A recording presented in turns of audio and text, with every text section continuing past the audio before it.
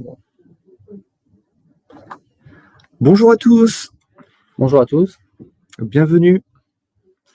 Bienvenue dans ce webinaire FCTU, sortie salariée. Allez, on va patienter encore 2-3 minutes, effectuer vos éventuels réglages son. Et on va pouvoir démarrer tout doucement. Donc, bienvenue à vous tous.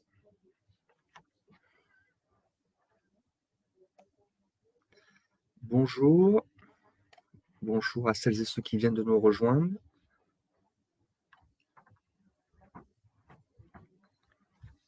On attend les dernières connexions.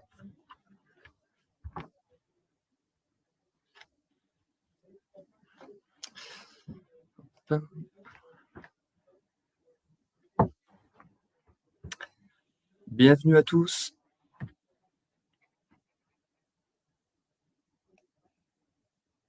Bonjour. Bon, on a des retours, je pense que le son est OK, c'est parfait.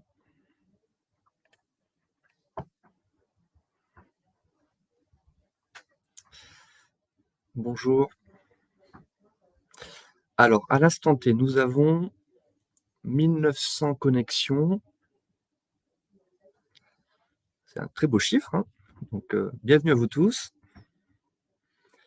On va encore patienter 1 minute grand max, voire 2 minutes, et on démarre. Ok, merci pour la confirmation, Mylène. Vous m'entendez bien, c'est nickel.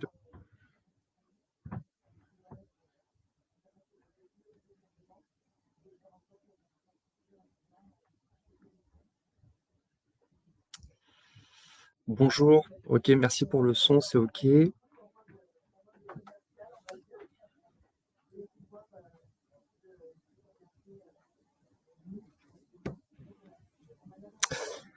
Je vous propose, on se présente, et puis on va pouvoir démarrer tranquillement.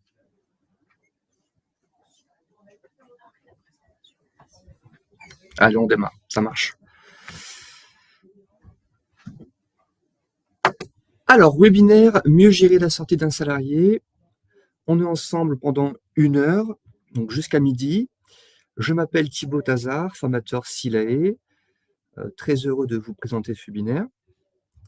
Enchanté également, je m'appelle Timothée Paul, chargé d'assistance support, expert en sortie salariée. Et donc voilà, nous allons vous présenter la sortie salariée. Alors pourquoi ce sujet? Pourquoi on a choisi cette thématique?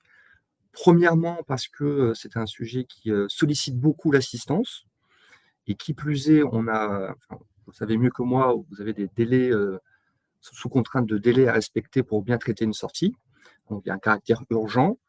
Et l'idée, c'est de vous donner un maximum de clés pour bien gérer la sortie des salariés. Et autre point, la période estivale approche, il y a pas mal de mouvements à venir. Donc voilà, ça nous semblait le moment opportun pour vous présenter cette thématique.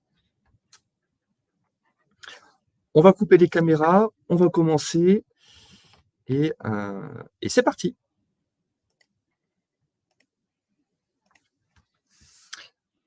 Avant de rentrer dans le vif du sujet, sur la forme du webinaire, donc vous allez avoir un support. J'ai vu une question qui est passée là-dessus. Le support que je vous présente, que vous voyez à l'écran, il est à votre disposition. Et vous allez voir que dans ce support-là, vous avez pas mal de liens vers la base de connaissances. Donc voilà, il sera à votre disposition au format PDF. Le chat, je vois que le chat fonctionne bien puisqu'on a beaucoup de messages qui arrivent. Le principe, c'est de poser vos questions pendant tout le déroulé. Je ne vais pas forcément y répondre.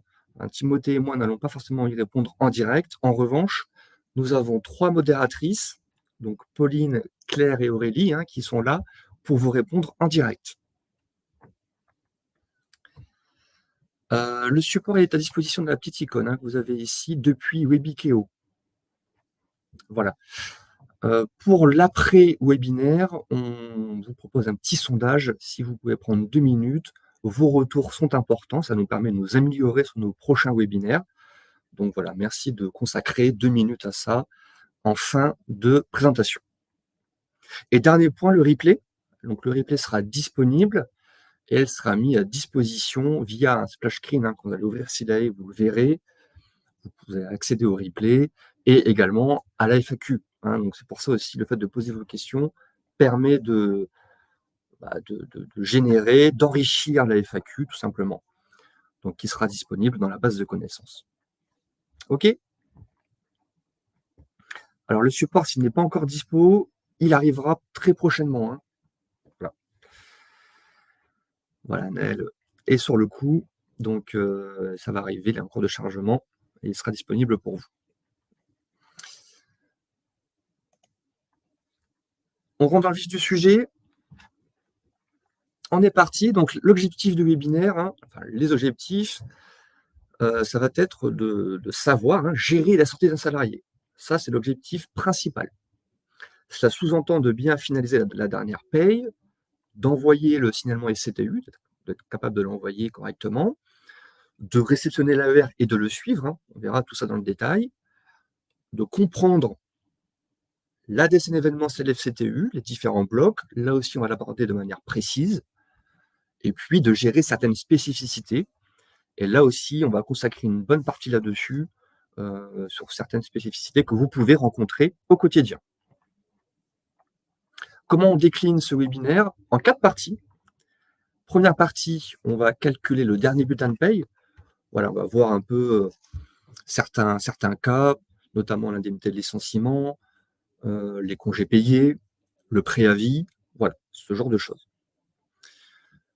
Deuxième partie, on verra comment envoyer l'AER, comment le suivre et comment le réceptionner. Troisième partie, focus, DSN événementiel, les différents blocs et aussi, par ailleurs, hein, les points de vigilance associés aux différents blocs. Et quatrième partie, les spécificités. Les spécificités que vous pouvez rencontrer, du style bulletin post-emploi, le circuit dérogatoire des CDDU, les CSP, etc. Voilà la composition de ce webinaire. Et sans plus attendre, on enchaîne sur la première partie, l'édition du dernier bulletin de paye, le calcul, comment on déclenche la sortie, les congés payés, l'indemnité légale, la gestion du préavis. On voit tout ça ensemble de suite. Alors, sur le déclenchement de la sortie, ça je pense que vous connaissez bien, il y a 3 méthodes. 3 méthodes pour déclencher la sortie. La première, la classique, hein, c'est depuis un bulletin calculé. Ici, hein, vous rentrez dans le bulletin et à droite, vous accédez au module de sortie, ce qu'on appelle l'assistant de sortie dans Silay. Et là, vous allez pouvoir indiquer dedans une date de fin, un motif de rupture et vous allez pouvoir enclencher votre sortie. Deuxième méthode, depuis la page principale de l'état d'avancement, sur le salarié à gauche, hein, vous pouvez faire un clic droit dessus et accéder à la sortie. Alors là, j'ai déjà entamé la sortie, c'est pour ça qu'il n'apparaît plus. Mais si je prends celui-ci, voilà, vous avez le module ici qui s'appelle sortie du salarié. Troisième méthode, via la fiche salarié.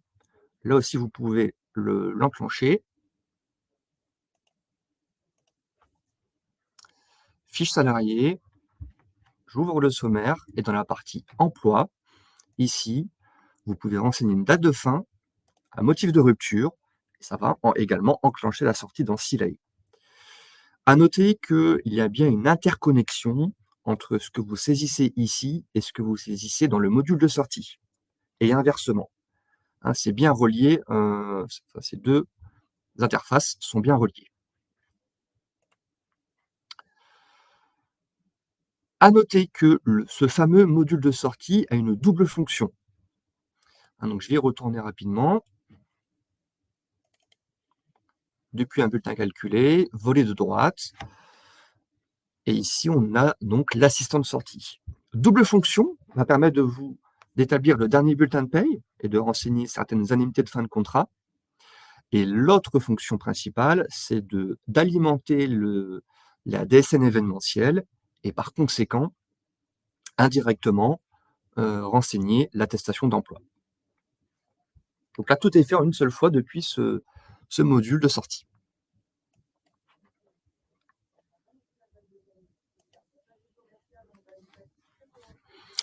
Allez, on enchaîne sur la suite. Ça, c'est voilà. Là, on va voir 3 cas courants que vous pouvez rencontrer pour aborder un petit peu une palette assez large de sorties. On va commencer par le CDD et avoir la précarité et les congés. On enchaînera sur une rupture conventionnelle et sur un licenciement pour voir le préavis.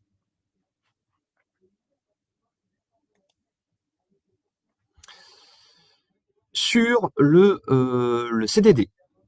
Sur le CDD, le premier principe, c'est la précarité qui va se calculer automatiquement, s'enclencher automatiquement et je vous montre ça tout de suite. On va pouvoir aussi le vérifier. Donc là, j'ai un CDD classique, je vais sur son bulletin.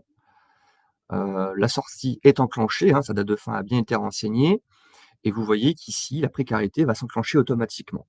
Bon, à toute fin utile, quand c'est en jaune ici, vous pouvez venir le modifier si vous n'êtes pas d'accord avec ce calcul. OK? Si vous souhaitez vérifier ce calcul, vous pouvez le faire depuis, ici, cette page avec les bulles, sélectionner la période de contrôle. Donc là, vous pouvez cliquer sur la première bulle, par exemple, clic classique, touche Shift du clavier, je reclique sur la dernière bulle concernée afin de sélectionner toutes ces bulles. Et une fois que c'est fait, clic droit, et on va rentrer dans les éditions, ce qui s'appelle Autre édition. Je clique dessus, et ensuite, je vais chercher l'édition qui s'appelle Basse précarité, qui est ici.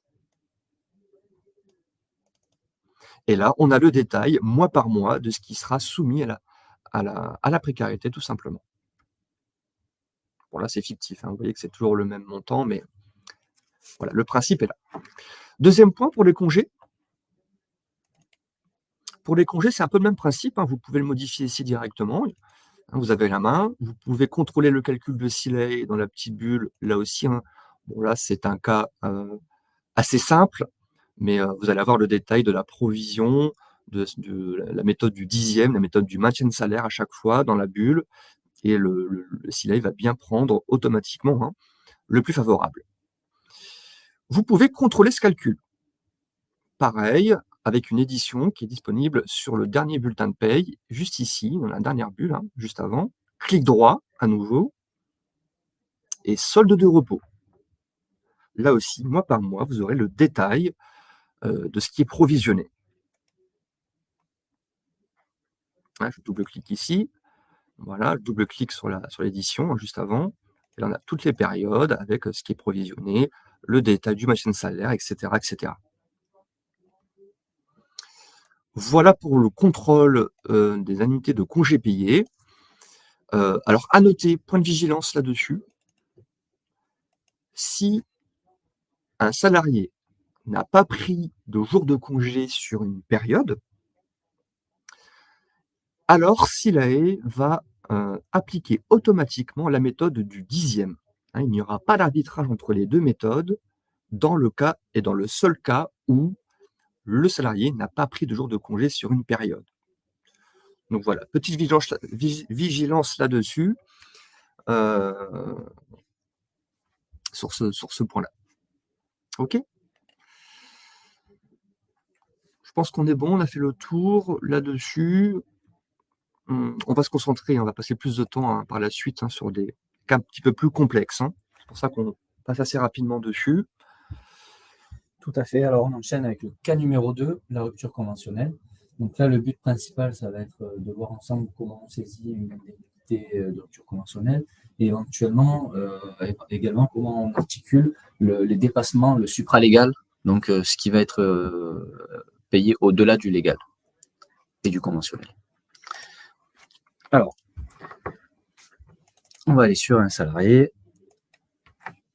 Donc, nous, on a déjà commencé à remplir la rupture conventionnelle. On a gardé en réserve les indemnités pour les saisir ensemble.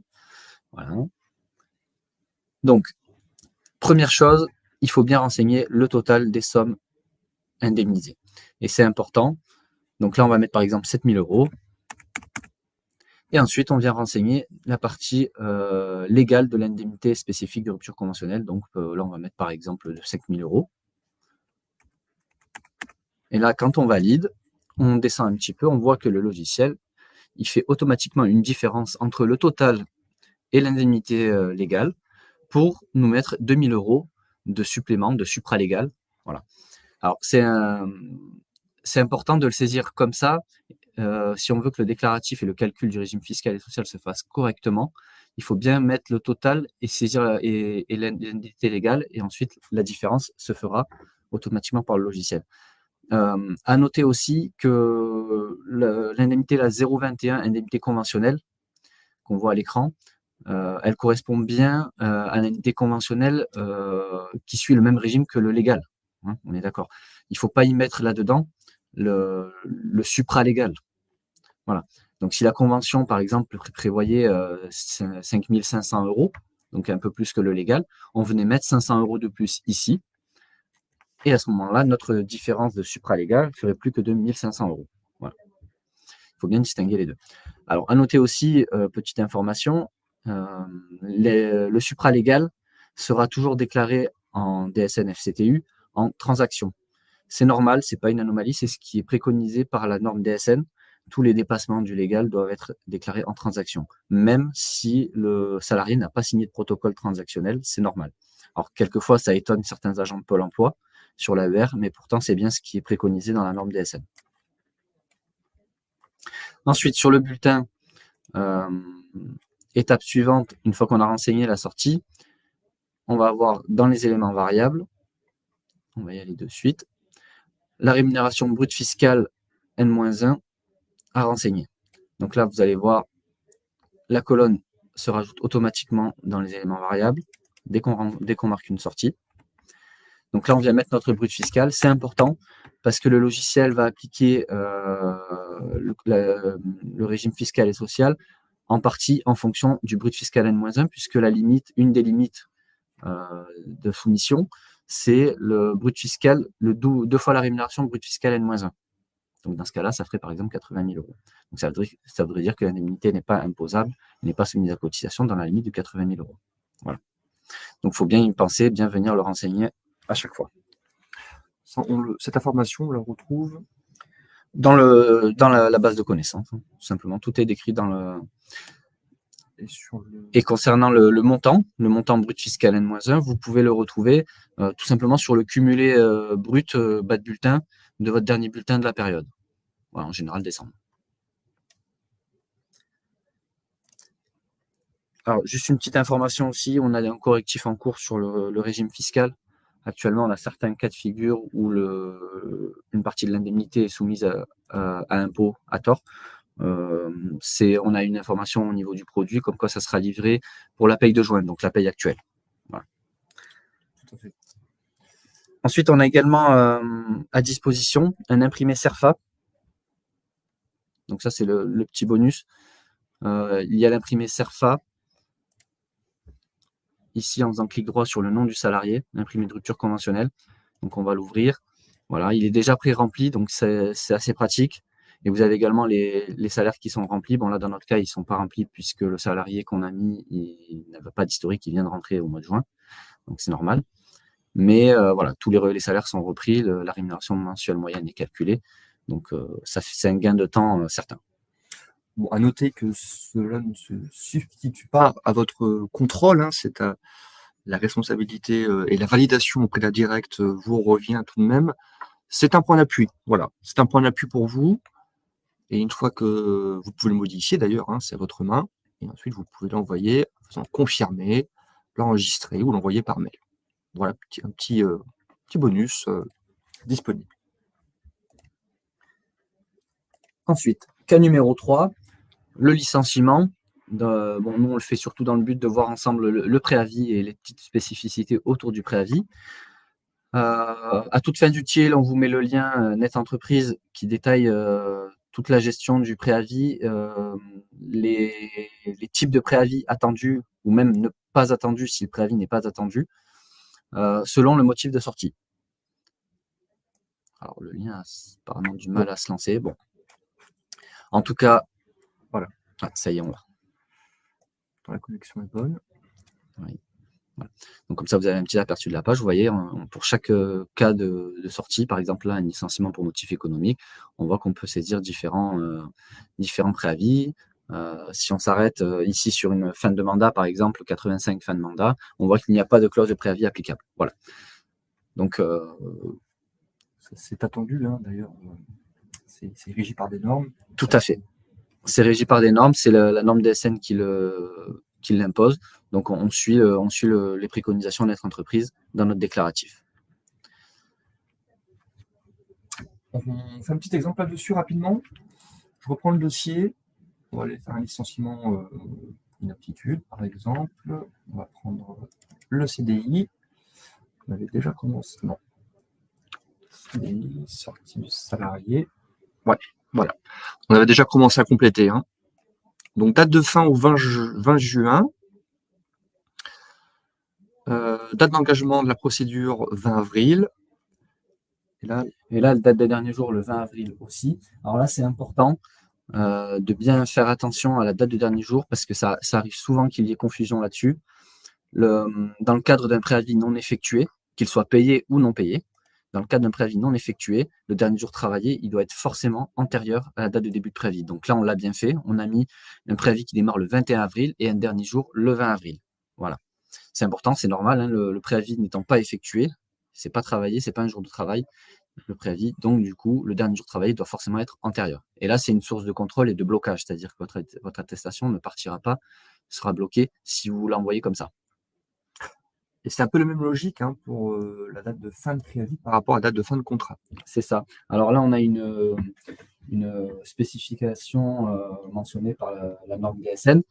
Il nous est demandé de porter, enfin, il vous est demandé de porter le contrat en DSN jusqu'au terme du préavis.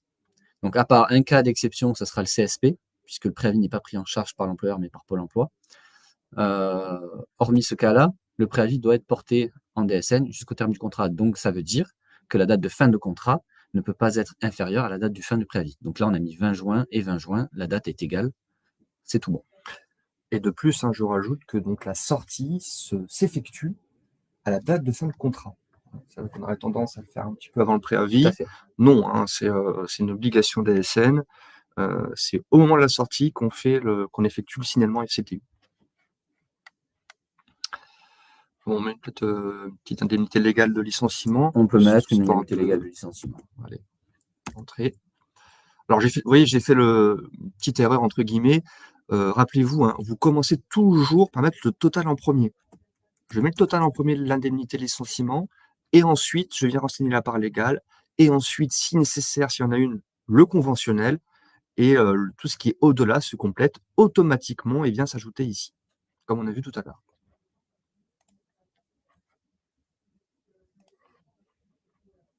On peut également parler de l'indemnité de préavis. Oui, tout à fait. C'est vrai que je suis passé un peu rapidement, on y revient dessus. Allez. Donc l'indemnité de préavis, ici, elle se saisit ici, elle va saisir manuellement dans le module de sortie. Et alors là, attention sur le montant. Donc là, on va mettre par exemple un montant de 8 000 €. Attention sur le montant, c'est le montant total du préavis. Donc même si le préavis a par exemple porté sur plusieurs mois, sur 3 mois consécutifs, il faudra bien mettre le total des indemnités de préavis des 3 mois. Donc on ne met pas uniquement celle du dernier mois. C'est important parce que le logiciel va faire un comparatif entre le montant que vous saisissez dans l'assistant de sortie là, donc les 8 000 € dans notre cas, et les indemnités compensatrices de préavis qui ont été passées sur les bulletins, sur tous les bulletins du salarié. Donc s'il y a une différence, le logiciel va ajuster le dernier bulletin en rajoutant une ligne d'indemnité de compensatrice de préavis, soit en plus, soit en moins, pour arriver au montant que vous venez de saisir. Donc le logiciel considère que votre saisie, les 8 000 €, c'est la bonne saisie. Voilà, tout à fait. Et confirmé. Donc là, hein, dans la conclusion, hein, vous mettez le total du préavis dans le module de sortie et s'il le gérera bien dans le dernier bulletin.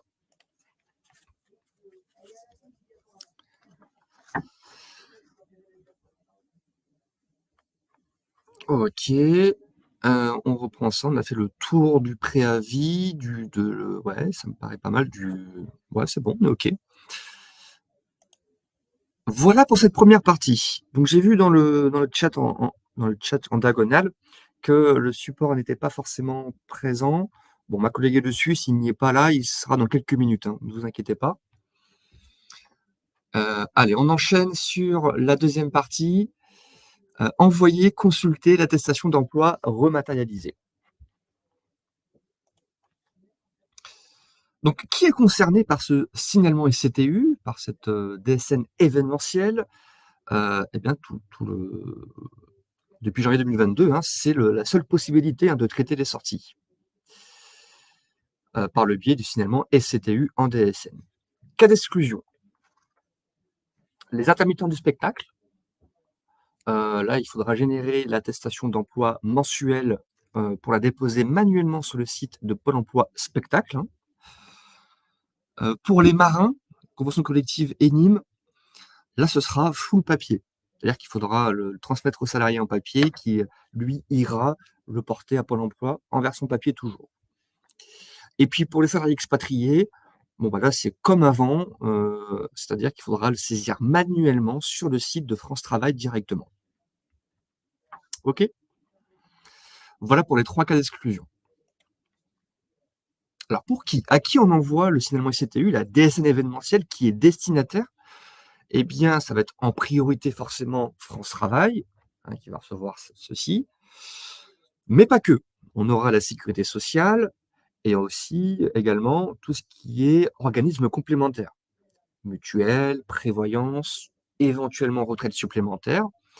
Ce sera utile, notamment pour bien gérer la portabilité derrière. Et concernant le délai, alors on a 2 délais. Le premier, c'est plutôt un délai légal pour vous de transmettre sous un délai raisonnable, on dit environ 5 jours après la fin du contrat, les éléments, les documents de sortie. Et ensuite, on a un délai qui, là, par contre, est un délai au niveau de la norme DSN. On ne peut pas anticiper l'envoi de plus de 7 jours. Donc, si vous faites un envoi 8 jours avant la date de sortie, votre envoi sera rejeté par le concentrateur DSN et vous devrez le refaire le lendemain. Il faut être dans les 7 jours. Voilà. OK. Alors, comment faire pour l'envoyer? Pour envoyer votre signalement SCTU, bon, je pense que vous connaissez, il n'y a pas de difficulté là-dessus. Il faut absolument, le premier prérequis, c'est d'avoir le bulletin contrôlé. Donc, c'est-à-dire avoir la bulle bleue. Une fois que vous avez la bulle bleue, on effectue un clic droit dessus et on peut cliquer sur envoyer l'attestation employeur en EDI SCTU. Bon. Quand vous cliquez dessus, apparaîtra un contrôle automatique par rapport aux anomalies éventuelles que vous pouvez rencontrer. Et là, c'est le cas, vous voyez, bon, c'est un dossier fictif, mais apparaîtront donc les anomalies bloquantes ou non bloquantes, ceci pour assurer votre envoi. Une fois que vous corrigez ces erreurs, vous pouvez fermer la fenêtre et vous arrivez sur cette interface. Là, il faudra, vous voyez, c'est coché par défaut, gestion automatique, annule et remplace intégrale. Nous vous recommandons de le conserver, cette coche, pour envoyer. Le but de cette coche, c'est de laisser le programme gérer automatiquement une éventuelle modification a posteriori de l'annule et remplace. Donc le programme pourra le gérer ça en autonomie et ça se fera de manière automatique tout simplement. Voilà, le logiciel est censé savoir si il s'agit d'un envoi initial ou d'un annule et remplace, il le gère automatiquement. Donc on laisse cocher gestion automatique annule et remplace intégrale et on peut envoyer. À noter qu'ici, vous avez le bouton « Voir les déclarations » pour accéder au contenu détaillé de la DSN événementielle. Chose qu'on abordera dans la 3e partie. OK? Donc là, moi, je vais le faire de manière fictive. Je vais enregistrer le fichier sur mon bureau. Très bien. Et là, le programme considère que je l'ai envoyé. Voilà pour l'envoi. Maintenant qu'on a envoyé le SCTU, on va attendre de réceptionner l'AER, l'attestation d'emploi rematérialisée. Alors, comment procéder? Là, vous avez 3 chemins pour suivre la réception de l'AER. Premièrement, dans l'onglet Production. Dans l'onglet Production, quand vous allez sur le volet de droite, ici, dans Télédéclaration, Télédéclaration à droite, vous avez, Télédéclaration, vous avez ici la colonne DNAC. Donc là, nous, c'est fictif, donc forcément, mais sinon, vous allez avoir des bulles. Vous double-cliquez dessus Et là, vous avez vraiment un suivi détaillé de l'AER. D'ailleurs, j'en profite tout de suite pour vous montrer ceci à l'écran, le type de contenu que vous pouvez rencontrer dans l'onglet Production. Tout à fait. Et là, on va évoquer un petit point particulier avec vous. C'est ce petit logo que vous voyez qu'on a encadré en rouge, le logo du sablier, sur la dernière colonne.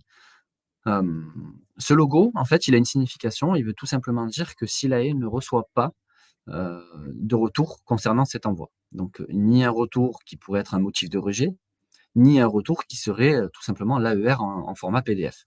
Voilà. Donc, première chose à faire si vous rencontrez ce sablier, c'est de vérifier sur Je déclare ou Net Entreprise que le retour de l'AER s'y trouve bien. Voilà. Forcément, s'il n'y est pas, SILAE ne peut pas non plus le récupérer. C'est logique. Dans ce cas-là, il faut se rapprocher des plateformes déclaratives directement. Ça ne dépend pas de nous, ça ne dépend pas du logiciel. Ensuite, pour les clients qui éventuellement posséderaient plusieurs domaines, il faudra vérifier que l'identifiant Je déclare n'est pas utilisé sur un autre domaine.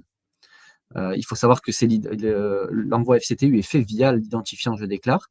Donc, si cet identifiant est présent sur plusieurs domaines, le retour, lui, ne saura pas à qui se rattacher, à quel identifiant Je déclare se rattacher s'il y en a deux identiques.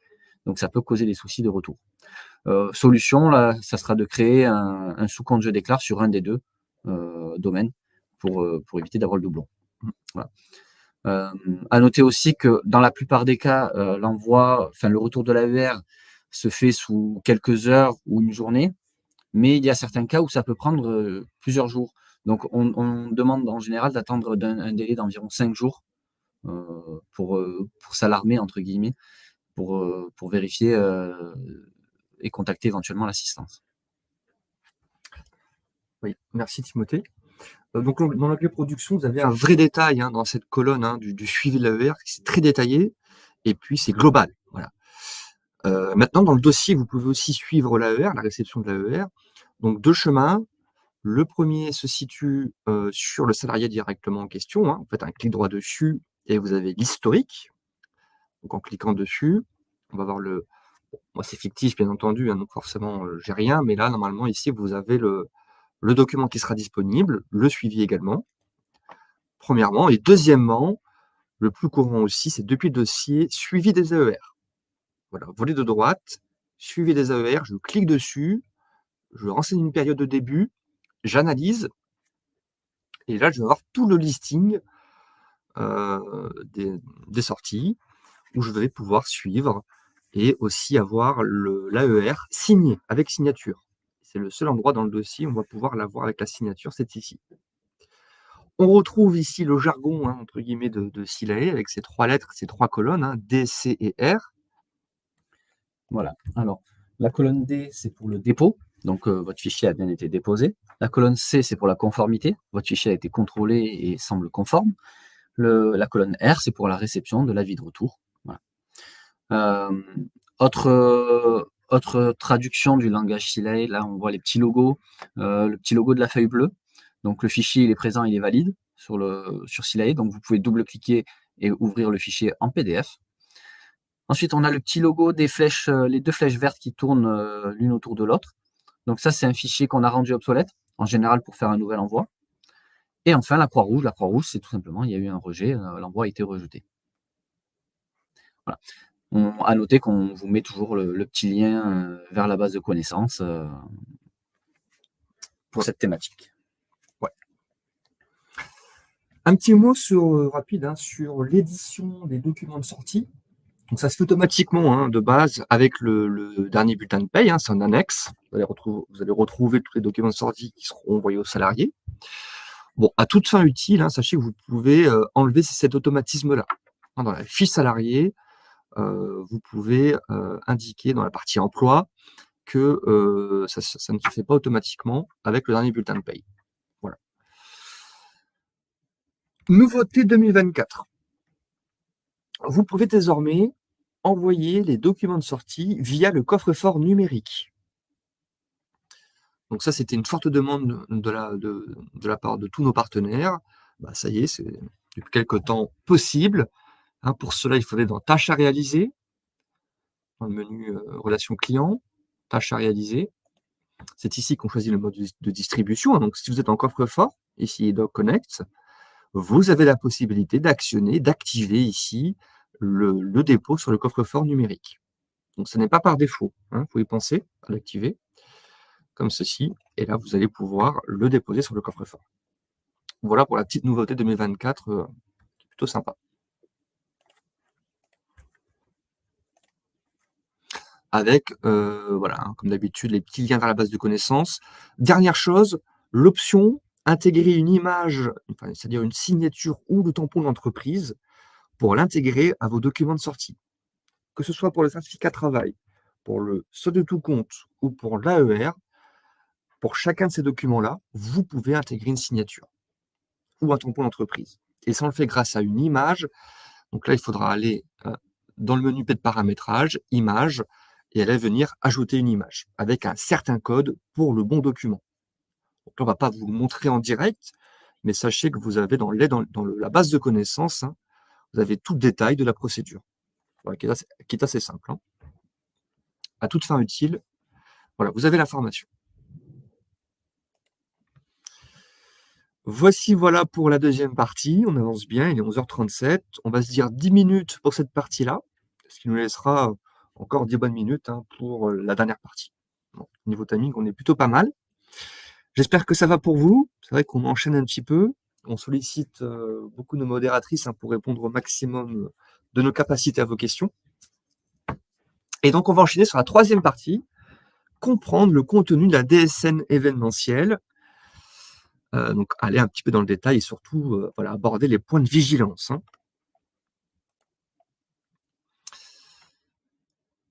Le premier point sur le contenu de la DSN événementielle, c'est que elle contient les éléments relatifs au dernier mois de paye, le mois M, et le mois M-1. Ok, donc ça va se gérer via la DSN événementielle. Ce sera dans le contenu. En revanche, pour les 36 derniers mois et pour tout l'historique, ça se gère via les DSN mensuelles. C'est-à-dire que France Travail récupère chaque mois toutes les DSN mensuelles et grâce à cela, il va pouvoir reconstituer tous les historiques de salaire, les 36 derniers mois et les absences.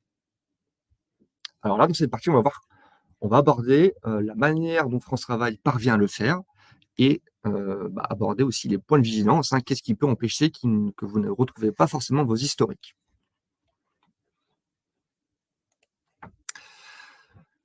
Premier point, première diapo, c'est sur le bloc 30, le bloc individu. Comment France Travail identifie un salarié à travers les DSN mensuels? Il va le faire grâce à ces données-là, ces 4 données, nom, prénom, date de naissance, lieu de naissance et numéro de sécurité sociale. Donc là-dessus, pas trop de soucis.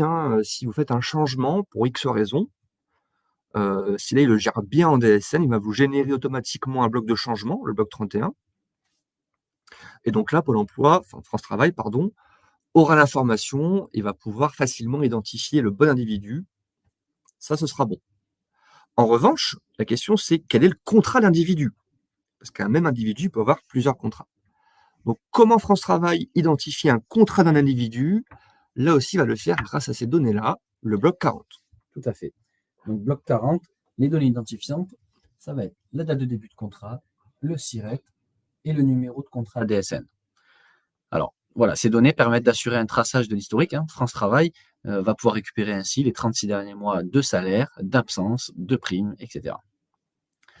Alors, petit point de vigilance, au niveau des changements d'emploi, donc ce qu'on utilise couramment, les 902, 901 comme motif de fin d'emploi, pour les changements administratifs, il faudra bien conserver la date de début de contrat initiale. Donc, elle doit rester inchangée. C'est important, sinon ça créera une rupture dans l'historique.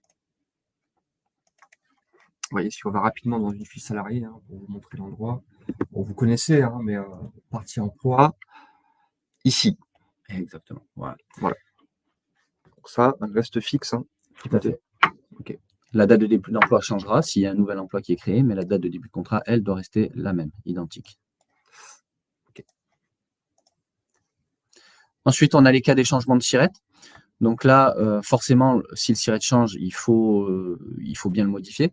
Par contre, ce qui va être important avec le changement de SIRET, c'est d'aller déclarer, donc ça on le verra tout à l'heure, comment déclarer le changement, la modification de SIRET. Et on va le voir en même temps que le numéro de contrat DSN. Voilà, c'est au même endroit. Donc pour le numéro de contrat DSN, voilà. Numéro de contrat DSN, on peut le vérifier assez facilement. On peut d'ailleurs vérifier aussi le changement de SIRET. Enfin, on voit le SIRET dans les emplois archivés. Donc, il faudra le voir dans le menu DSN, modification des emplois archivés. Voilà, on va accéder au salarié, on va chercher un salarié. Ici, on a le numéro de contrat DSN qui est mentionné ici. On a également l'établissement, donc ça veut dire le SIRET finalement, Paris 1. Et sur la droite, on a les différents emplois. Donc, on peut contrôler emploi par emploi s'il y a eu un changement, un numéro de contrat différent. Alors, ça permet une visualisation assez simple. Par contre, il faut éviter de faire le correctif ici des numéros de contrat parce que finalement, ce n'est pas parce que vous le modifiez ici que ça va avoir un impact sur votre DSN. Donc, ça ne veut pas dire que vous déclarerez un changement de contrat en modifiant votre numéro ici. Donc, on va voir maintenant tout de suite comment déclarer le changement de numéro de contrat et de SIRET. Alors, vigilance sur le nom du menu qui peut être trompeur. Modification des emplois archivés. Pour le numéro de contrat DSN, là, ce sera que de la consultation. OK? Pour gérer le changement. Voilà, c'est ici, donc dans le menu gestion des numéros de contrat DSN. Et là, on a une partie en bleu. Toute la partie bleue, c'est la partie qui est saisissable où on va pouvoir indiquer notre changement. Alors, on peut indiquer dans la première colonne le numéro de contrat actuel. Dans la deuxième, l'ancien numéro de contrat. Donc ainsi, on va indiquer via un bloc de modification de contrat. Dans votre DSN mensuel, ça va se générer automatiquement en indiquant quel est le nouveau numéro de contrat et quel était l'ancien pour rattacher les données. Alors, idem avec les colonnes suivantes pour le SIRET d'origine. Et on va renseigner aussi la date du changement de SIRET. Et petit point d'attention, sur la dernière colonne, la période de déclaration. La période de déclaration, ça correspond à la période de DSN dans laquelle vous allez déclarer ces informations, ce changement. Donc, ça veut dire que probablement, ça sera la prochaine DSN mensuelle. Si vous êtes dans ce cas-là, dans votre prochaine DSN mensuelle, vous déclarez votre changement. Donc, il faudra mettre la date de la prochaine DSN mensuelle. Tout à fait. Alors, pour résumer, quand vous avez un changement de SIRET ou un changement de logiciel, attention à cette fameuse donnée du numéro de contrat DSN. C'est ici que vous allez pouvoir le gérer. En renseignant le SIRET d'origine et changement de SIRET, ça Timothée l'a très bien dit. Et quand vous changez de logiciel, quand vous passez sur Silae, ce qu'on vous préconise, c'est d'ici cliquer sur import des numéros de contrat à partir d'une DSN. Ça vous permettra au programme de récupérer les anciens numéros de contrat DSN et de les appliquer sur Silae, tout simplement. OK ? Donc, changement de logiciel, c'est ici. Et changement de SIRET, on le pratique également dans ce menu. Gestion des numéros de contrat DSN pour bien gérer cette donnée identifiante. Tout à fait. Alors, je vais vous rajouter un petit point d'attention. Si vous êtes dans le cas d'une modification à effectuer, votre salarié sort actuellement et vous vous rendez compte que vous n'avez pas effectué votre changement de SIRET. Alors, vous allez venir dans le menu, le remplir, très bien, c'est parfait. Par contre, votre déclaratif ne se fera que dans votre prochaine DSN mensuelle. Ce n'est pas dans le FCTU. Le FCTU n'a pas vocation à porter des changements de contrat. Donc, le changement de contrat va se porter dans votre prochaine DSN mensuelle. Ça veut dire que si vous souhaitez envoyer votre FCTU en ayant corrigé les données, il va falloir d'abord que votre DSN mensuelle soit envoyée, acceptée, traitée par les organismes. Et après ça, vous envoyez votre FCTU. Donc, il y aura un certain délai. Voilà. Ouais, c'est bon à savoir. Ouais, c'est bon à savoir. Sur le bloc 51 rémunération. Oui. Alors, le bloc 51 rémunération, là, tout simplement, ça va être vos éléments de salaire. Donc, ça va être le salaire brut soumis à cotisation d'assurance chômage. C'est ce qui va ressortir dans vos salaires sur l'AER, tout simplement. À noter qu'on va partir du brut et déduire les primes et les indemnités, notamment celles liées à la sortie, mais pas que. Et petit point d'attention sur les entreprises qui peuvent pratiquer une activité en décalé. Donc, ça veut dire que sur le mois M, je traite les absences du mois M-1. Il faut avoir à l'esprit quand vous reconstituez vos salaires, quand vous essayez de retrouver vos salaires, contrôler vos salaires sur l'attestation Pôle emploi, il faudra avoir à l'esprit que les périodes d'absence, comme les périodes de salaire, sont rattachées à la période effective. de l'absence. Donc, ça veut dire, si mon absence concernait M-1, on va déduire l'absence sur le mois M-1. Donc, on peut avoir des écarts comme ça entre le brut du mois en cours et le brut qui ressort sur votre AER. C'est normal, c'est ce qui est prévu. Voilà, il faut juste faire cette gymnastique-là quand vous le contrôlez, de réaffecter les absences aux bonnes périodes. On enchaîne sur le bloc 52 prime. Alors, le principe de ce bloc 52, c'est qu'on aura un bloc par prime ou par indemnité. Alors, ça émane principalement, mais pas que, de l'assistant de sortie. Vous allez mettre une indemnité de fin de contrat, ça va ressortir dans un bloc 52. Notre point de vigilance, en tout cas, ce qui est bon à savoir, c'est attention au rattachement des primes sur les périodes. Je ne sais pas si vous visualisez, je pense que oui, sur l'attestation d'emploi, après les 36 derniers mois, vous avez une petite ligne en bas vous indiquant les primes avec une période de rattachement. Eh bien, c'est exactement ce qu'on peut paramétrer dans Silae via, si je vous montre tout de suite, via dans le P de paramétrage, prime, profil utilisateur. C'est ici que vous pouvez donc imputer une période à votre prime, une période de rattachement. Donc là, si je prends l'exemple, est-ce que je n'ai pas d'exemple? Je vais ajouter une prime, je vais juste vous montrer l'endroit. Là, vous avez votre prime qui est déjà paramétrée. C'est ici, dans la périodicité des SN. Quand vous sélectionnez simple, vous pouvez rattacher soit mensuellement, soit trimestriellement, etc., etc. Soit sur les 12 derniers mois, soit c'est annuel. Et c'est ici que vous pouvez donc le paramétrer. Voilà pour le petit point de vigilance.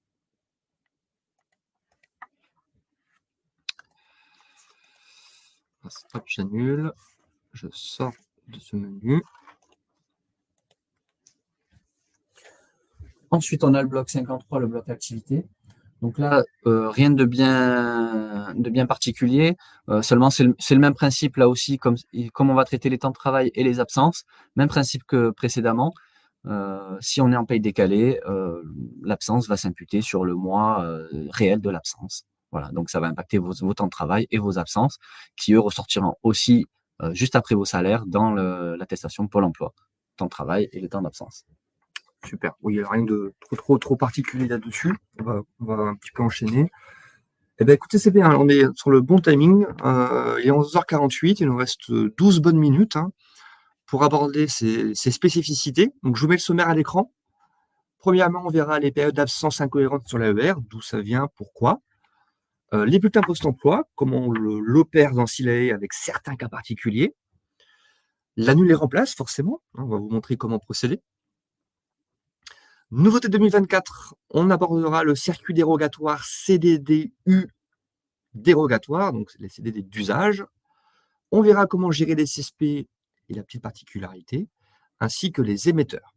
Et on terminera par la procédure de changement 901, 902, et aussi quand vous commencez sur un nouveau dossier dans Silae et que vous n'avez pas l'historique à votre disposition. Allez, on y va. Pour le finish, j'espère que ça va pour vous en tout cas. Et on enchaîne. Allez, on attaque. Premier point. Les périodes d'absence incohérentes sur l'AER. Alors, c'est un cas assez fréquent où on peut se retrouver avec une période d'absence sur l'AER qui nous semble plus longue que la date réelle d'absence. Donc, si je prends un exemple tout simple, j'ai un arrêt maladie du lundi au vendredi, suivi d'un week-end forcément, et une date de reprise réelle le lundi. Ce qu'il faut savoir, c'est que la date de fin d'arrêt est déterminée par Pôle emploi uniquement en se basant sur la date réelle de reprise. Donc, ils ne regardent pas la date de début et de fin d'arrêt. Ils vont regarder la date réelle de reprise pour définir la date de fin d'arrêt. Seulement, la date réelle de reprise, la norme DSN nous impose à ce qu'elle soit justement réelle. Donc, c'est la vraie date de reprise. Donc, ça sera le lundi. Pôle emploi va prendre la veille de cette date-là pour indiquer la date de fin d'arrêt. Je reviens à mon exemple. Du lundi au vendredi, j'ai mon arrêt avec un week-end qui suit. Ma date réelle de reprise est le lundi. Pôle emploi va indiquer une absence du lundi au dimanche. Voilà. Alors, dans le cas d'un week-end, c'est pas exactement ça, mais c'est moins choquant.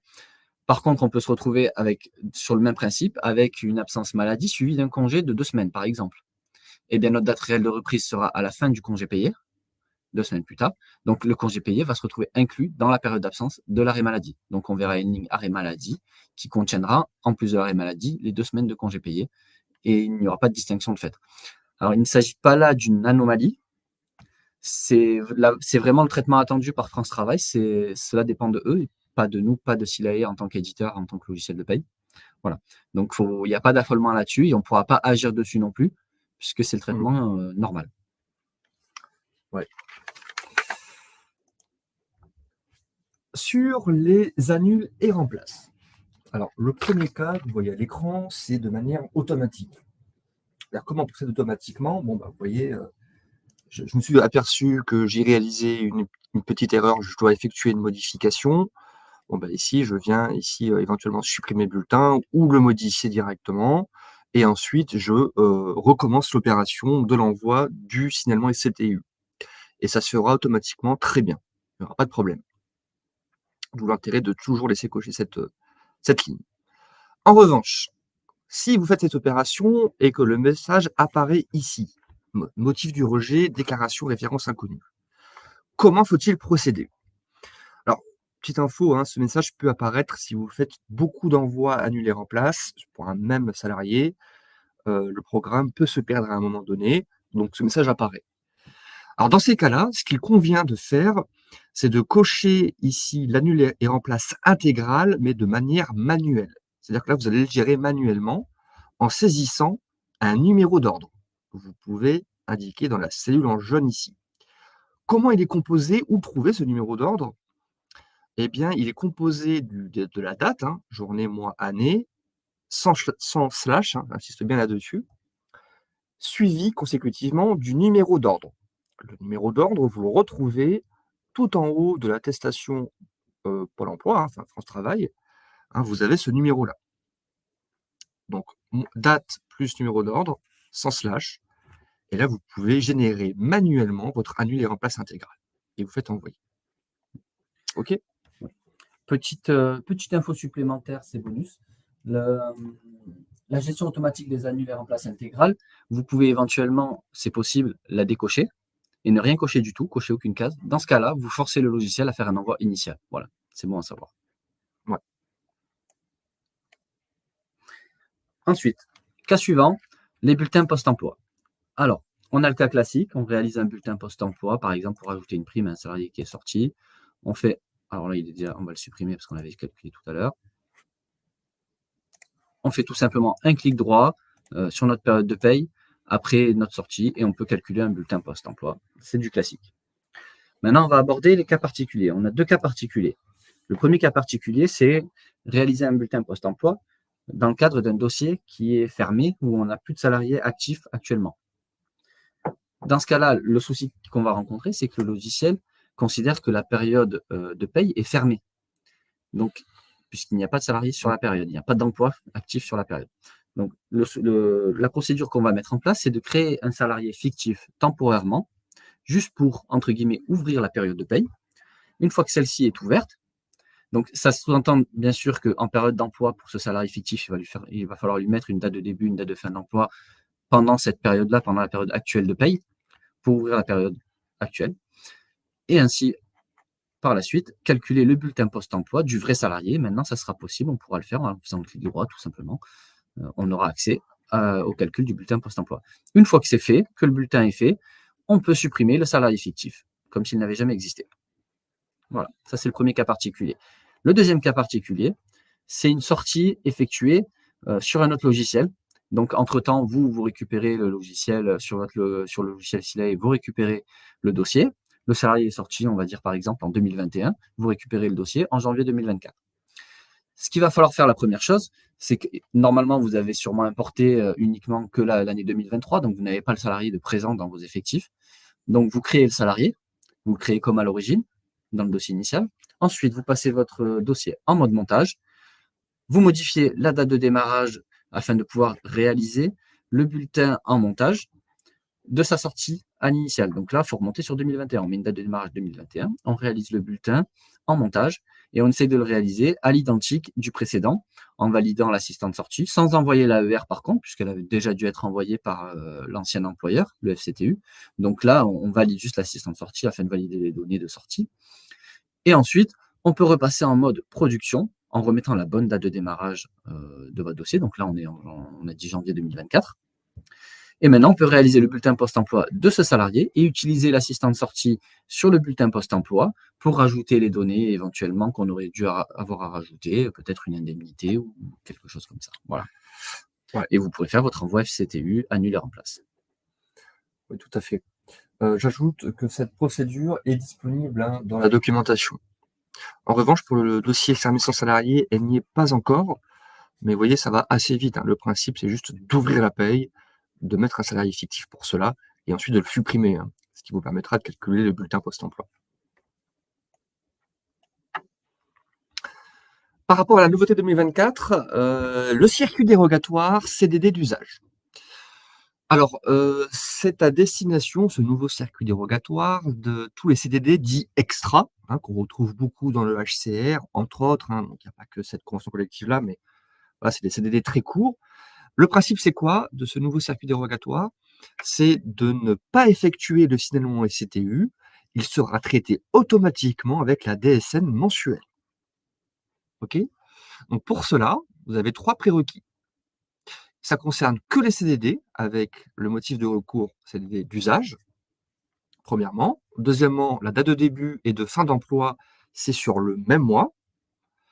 Et troisièmement, le motif de la rupture doit être égal aux fins de CDD. Quand tout ça s'est réuni, vous pouvez l'activer via la méthode 220. Faites paramétrage, ici, méthode, vous allez sélectionner la méthode 220 et vous allez pouvoir ici l'activer. OK, donc je rappelle le principe. Pas de signalement FCTU à réaliser, c'est traité directement en DSN mensuel. Alors la contrainte, c'est quoi? C'est que, étant donné que c'est traité en DSN mensuel, l'attestation d'emploi, vous allez la recevoir assez tardivement. D'accord? C'est pour ça que vous pouvez toujours, si vous l'activez cette méthode, individualiser le paramétrage et dire à tel salarié ou tel salarié, parce que c'est optionnel, eh bien pour lui, je laisse ce paramétrage-là et je le fais manuellement. Je fais son signalement SCTU comme avant. D'accord? Donc ça, ce sera juste une petite coche qui est dans la fiche salarié, en dessous de la date de fin d'emploi. Juste à l'activer. OK là-dessus? Vous avez une documentation, c'est tout nouveau, donc on a mis aussi une documentation à votre disposition. Voilà, à toute fin utile. C'est parfait.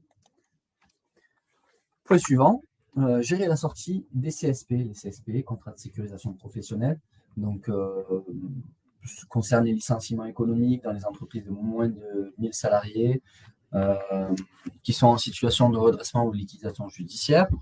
Donc, le salarié va avoir son préavis qui va être pris en charge par Pôle emploi et va pouvoir bénéficier de formation. Comment on traite ça dans SILAE? Alors, ça va être traité également en FCTU via l'assistant de sortie. Donc, on va utiliser le motif de sortie 26. Il va falloir compléter le préavis. Donc, ça sera systématiquement un préavis non effectué, non payé. Pourquoi? Parce que c'est un préavis qui est pris en charge par Pôle emploi. Donc, il sera forcément non effectué, non payé. Ensuite, quand on va valider que le salarié accepte le CSP, on va avoir automatiquement dans l'assistant de sortie la durée et le montant de prise en charge à renseigner pour Pôle emploi de ce préavis. Alors, à noter également que pour le CSP, on l'avait dit tout à l'heure, c'est le seul motif de rupture du coup où on peut dépasser, le préavis peut dépasser la date de fin de contrat. Pourquoi? Parce que le préavis n'est pas pris en charge par l'employeur mais par Pôle emploi. Voilà, petite particularité, l'exception. Voilà. Mais voilà pour les CSP. Ensuite, on a un cas spécifique encore à voir ensemble sur la gestion d'une sortie d'un salarié sur le premier mois sur un nouveau dossier. Donc, vous récupérez le dossier en janvier et vous avez un salarié qui sort le même mois au mois de janvier. Bon, on rappelle pour le FCTU, il y a une nécessité d'avoir les données de M-1 et de M dans le fichier FCTU. Problème, les données M-1, il y a certains prérequis, il y en a 3, pour que le mois M-1 puisse bien remonter dans le fichier FCTU. Le premier, c'est que le numéro de contrat soit identique entre l'ancien logiciel de paye et Silae. Ça, on l'a vu de toute façon, c'est préférable pour le suivi de vos historiques. Donc, entre le mois M-1 et le mois M, il faut qu'il y ait le même numéro de contrat. Le deuxième point, si le mois M-1 il est issu d'un import DSN, donc si en 2023 vous avez uniquement des bulletins fictifs de montage via des imports DSN, il faudra supprimer manuellement ce bulletin M-1 et venir le recalculer en mode montage, tout simplement. C'est juste pour que le bulletin soit bien calculé sur le logiciel Silae et puisse du coup alimenter le FCTU. Alors, bien sûr, attention pour ça, il faudra modifier la date de démarrage et mettre une date de démarrage, par exemple, en décembre 2023, pour que le mois de décembre remonte avec janvier, dans la sortie de janvier. Voilà.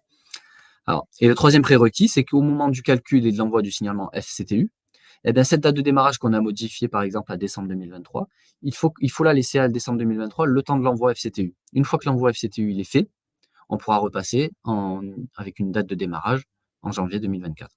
Voilà. C'est important parce que sinon, l'information des salaires ne remontera pas dans le fichier FCTU pour M-1. Voilà.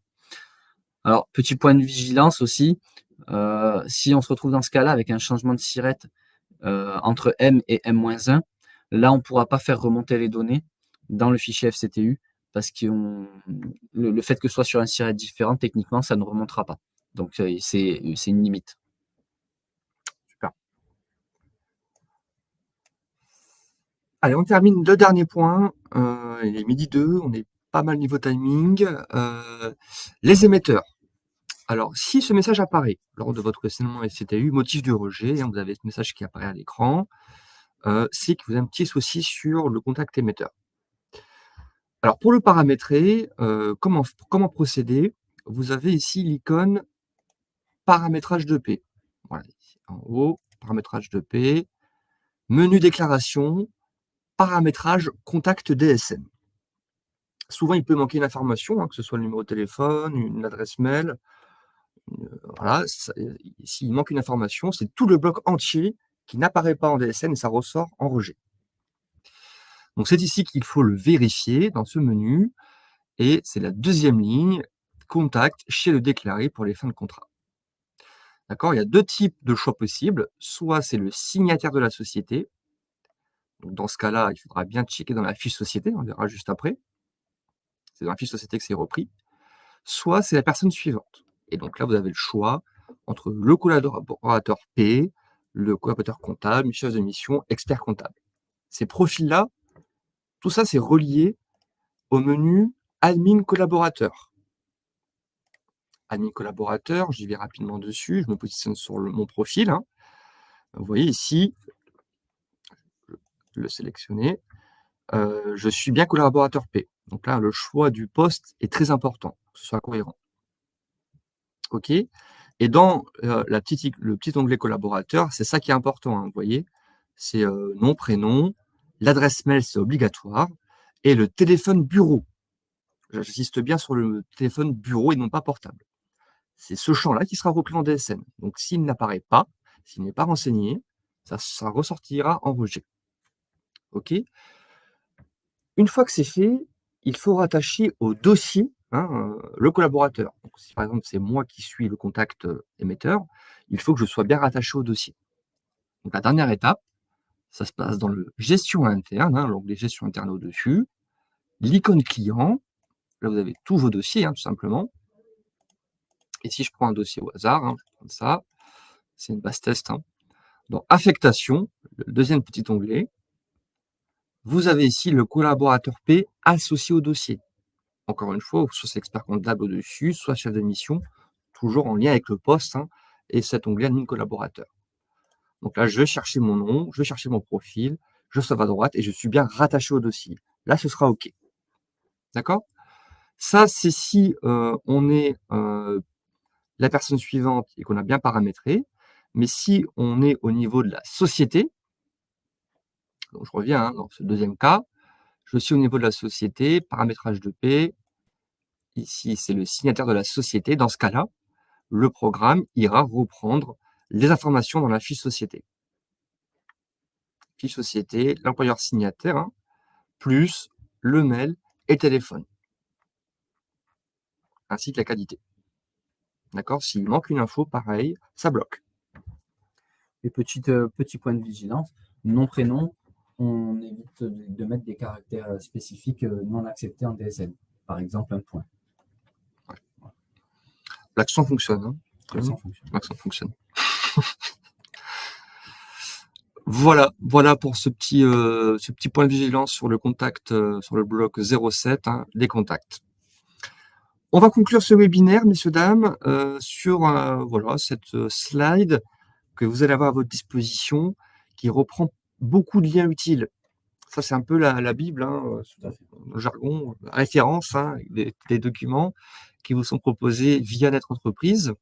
Sur le guide pratique, là, c'est vraiment très complet, hein, ce lien-là, c'est un PDF, un énorme document, c'est la dernière version.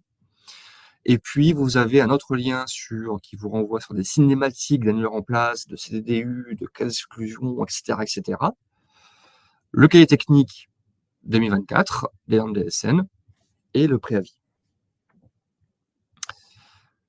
Voilà pour ces liens utiles. Je vous remercie beaucoup pour votre écoute. Il est 12h06, on était correct dans le timing. J'espère que ça s'est bien passé, que c'était agréable à suivre. Un petit mot pour la fin, Timothée? Merci à tous pour votre attention et puis bonne utilisation de notre logiciel. Et merci aux modératrices Pauline, Aurélie et Claire. Merci à vous. Merci à tous. Bon appétit.